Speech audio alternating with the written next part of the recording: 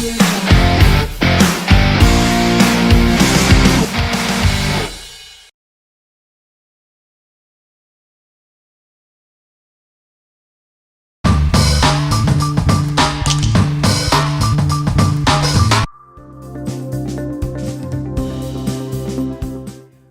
to instructional videos. Today we are going to set up the Economy Plus Retractor.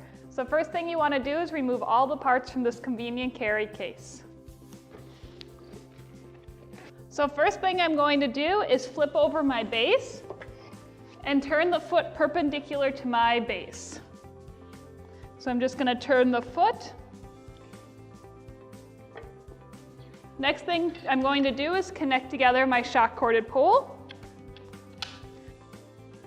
Next, I'm going to insert the pole into the hole located on the back of the base.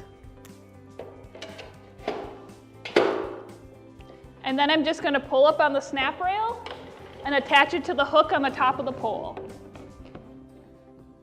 And then I'm going to open the lever. And then once I've reached my desired height, I'm just going to close the lever. And it's just that easy to set up your Economy Plus Retractor.